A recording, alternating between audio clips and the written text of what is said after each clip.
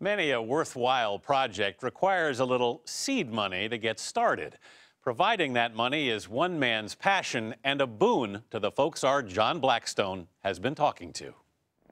13-year-old Harley Hellman loves animals. They're just cute and they're fun to be around and they make you happy.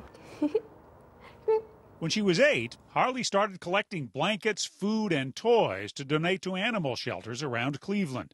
It makes me feel good about myself that I'm doing something to change lives. 1 cat litter, 2 rugs, a cone. With her mom's help, she's already donated over 3,000 items. Put them right there. To do more, she decided to turn her charity, Blankets for Beasties, into a tax-exempt nonprofit. But that takes money a 13-year-old doesn't have. Hi, guys. Hi. How are you? Good, how are you? So she turned to Ari Nessel, who made a fortune in Dallas real estate. She was so sure of what she wanted. Harley became one of the recipients of Nessel's unusual quest, giving away $1,000 a day, every day, for the rest of his life, to someone trying to make a difference. The $1,000 that I received will most likely change my life because it changed the charity and it'll turn the whole thing around. 40-year-old Nessel created a foundation he calls the Pollination Project. It's the watering the seed that's going to grow and grow and grow. Instead of writing a big check to an established charity, he chooses someone just getting started to receive his daily $1,000 donation. One of the challenges with philanthropy is currently being done is there's such a disconnect between the givers and those who are benefiting from the work. He sent out his first check January 1st last year and has selected a new recipient each day since. He gave away his 545th grant this morning. That's $545,000 and counting. We've given out in the last year and a half grants in 42 different states and in 50 countries.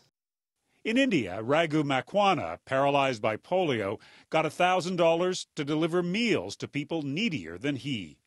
Here he is, a man who has no legs you think everyone else should be taken care of. And he would go every day, twice a day, in monsoons and 105-degree heat and bring them food. And we want to support that. Thank you. Another $1,000 went to Celia Zantz. An 88-year-old woman who lives in Southern California who wants to give away her land to support community agriculture and to teach kids how to grow vegetables and fruits.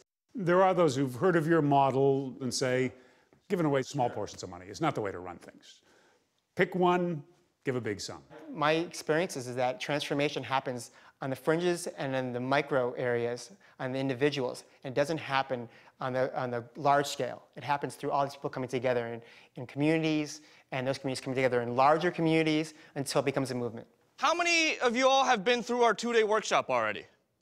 Kazu Haga is trying to start a movement with the $1,000 he got from the Pollination Project. One of the reasons why we continue to come into county jails and prisons is because we know that if the violence is ever going to decrease in our communities, it's your voices that's going to help create that change. Haga trains prisoners and at-risk students to embrace nonviolence.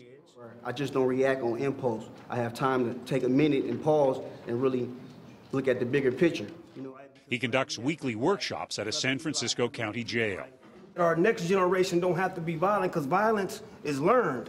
So if it's learned, it can be unlearned. Ivan Montgomery, one of Haga's students, says the training has changed him. You're going to be different than that when you leave here because of Kazu? I'm practicing on being better than I was. I know one thing is for sure is I'm never going to be the same person I was when I walked through those doors. How has the Pollination Project made a difference for you? It's affirmation that the people that are looking at us and looking at our work believes in us. As small as a grant may be, it's really meaningful when we're starting off. For Ari Nessel, these small investments are earning big returns. Are you happier than you were a couple of years ago? I feel great. Every day I get to say, here's money for you. Go do something to improve your community. Go do something to improve the world.